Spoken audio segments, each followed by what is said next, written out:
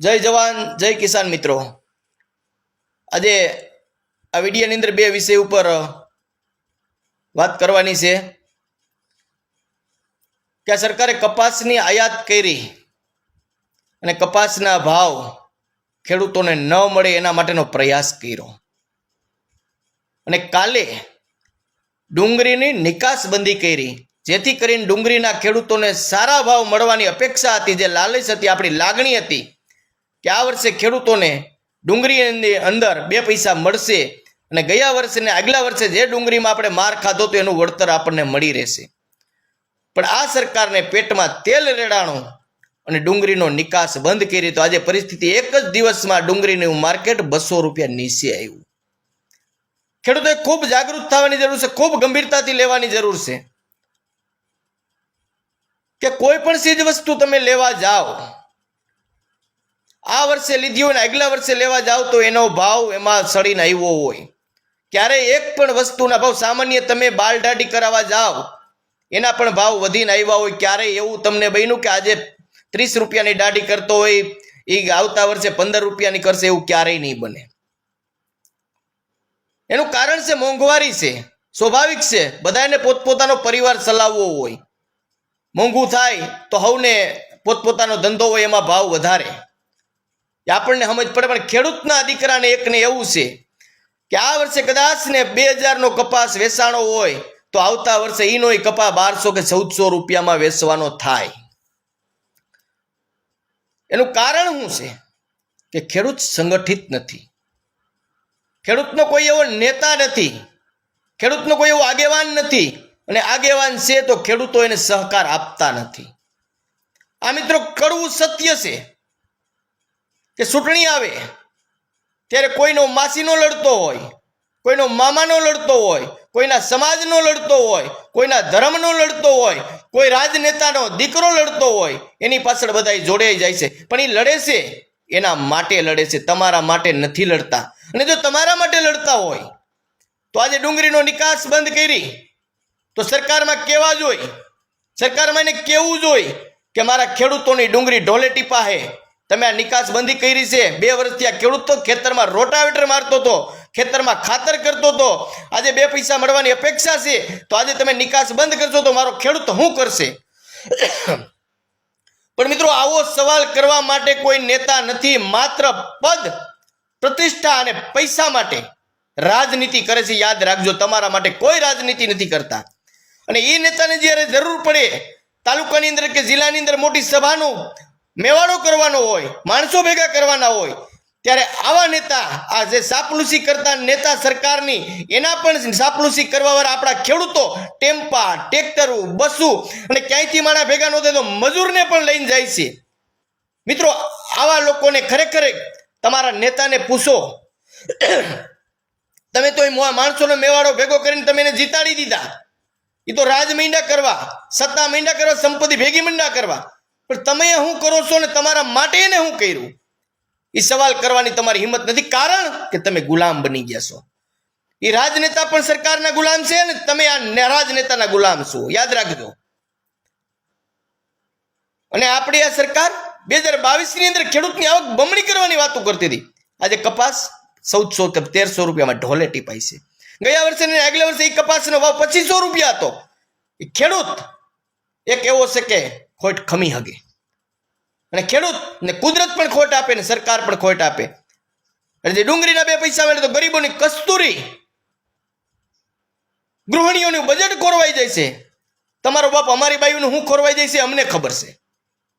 અને આનો આપણો વડાપ્રધાન આજે છે, મુખ્યમંત્રી હતા 2014 ની અંદર 1200 થી 1400 રૂપિયા કપાસના ભાવ મળતા હતા, ત્યારે એવા બડિંગ આપણે ગુજરાતની અંદર મારતા હતા કે મારા ખેડૂતને 1200 થી 1400 રૂપિયામાં કપાસ વેચાય છે, મારું હૃદય ભરે છે। આજે 1200-1400 કપા વેચાય છે, અમારે હું ભરે છે અમારે કોઈને કહેવાય એમ નથી। ખેડૂત કરે તો કરે હું, ખેડૂત લાસાર થઈ ગયો છે। અને ખેડૂત લાસાર એટલા માટે થયો છે, પોતાના પાપે લાસાર થયો છે, સંગઠિત નથી।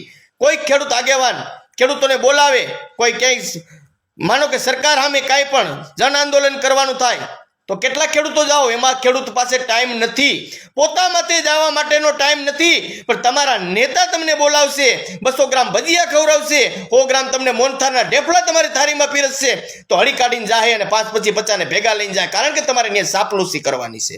આવા સાપલુસોને ખાસ ઓળખવાની જરૂર છે ગામની અંદર. અને ખેડૂત ગામડાનો છે, ખેડૂત કોઈ શહેરનો નથી.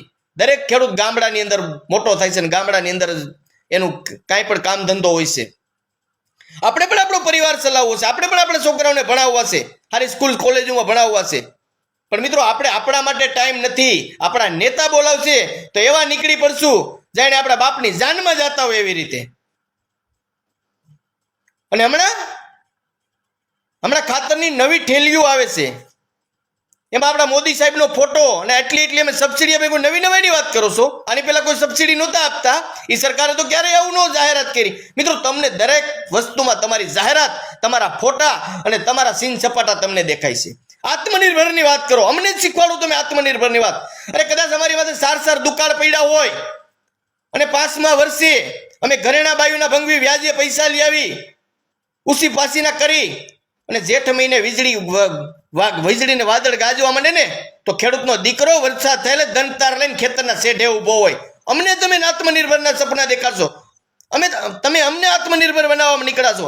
ખેડૂતનો દીકરો જન્મીનેથી આત્મનિર્ભર જ હોય, કારણ કે અમે કુદરત હારે જીવનારા માણસ છીએ, પ્રકૃતિ હારે જીવનારા માણસો છે. અમે તો કુદરત દે એમાં રાજી હોય, પણ જ્યારે અમને કુદરત આપે ને તમારા જેવી સરકાર હોય એ અમારા પેટમાં પાટું મારે ને, ત્યારે અમને દુઃખ થતું હોય.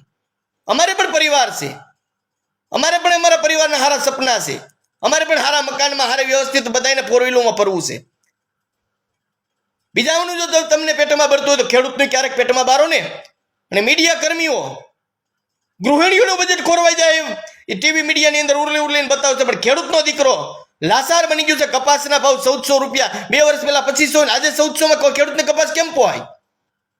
ખાતરના 1400-1500 થાય, 500 રૂપિયાની ઠેલી ને એના 1500 થાય, 50 રૂપિયાનું ડીઝલ હોય એના 100 રૂપિયા થાય. દવાના ભાવ વધે, મજૂરીના ભાવ વધે, પણ ખેડૂતનો દીકરો માલ વેચવા જાય ત્યારે જે ભાવ ગયા વર્ષે વેચ્યો એથી સસ્તું વેચવું પડે, ત્યારે ખેડૂતના દીકરા તરીકે આપણે આતેડી કકડે. અને આપણો પરિવાર પણ આપણી પાછળ અપેક્ષા લઈને બેઠો હોય કે આ વર્ષે આ માલ થાય ને આમાંથી આપણે આ કરશું, આ છોકરીને આપણે લગ્ન કરશું, કરિયાવર કરશું, સારું એવું કરશું. પણ મિત્રો, જ્યારે આપણો માલ તૈયાર માર્કેટમાં જાય ત્યારે તમામ આપણા સપના રોડાઈ જતા હોય. એટલે દરેક મિત્રો, ખેડૂતને મારી વાત હાચીને હારી લાગે ને તો આગળ વધારજો, શેર કરજો અને ખૂબ ગંભીરતાથી લેજો. બાકી મામા માસીના લૈડા રાખશે, સમાજના લૈડા રાખશે, સમાજના દીકરા લડશે, પણ કેના માટે લડે છે એ જરાક વિચારજો. કે આપણી વાત ક્યારે એને રજૂઆત કરી સરકારમાં, અને રજૂઆત નહીં એનું રિઝલ્ટ આવ્યું ક્યારે? મિત્રો, નહીં આવે.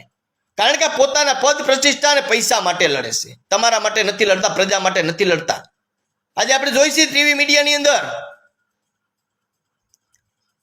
ખૂબ ભ્રષ્ટાચાર, પુલ તૂટે, કેનાલું તૂટે, નકલી ટોલ નાકા ઊભા થાય.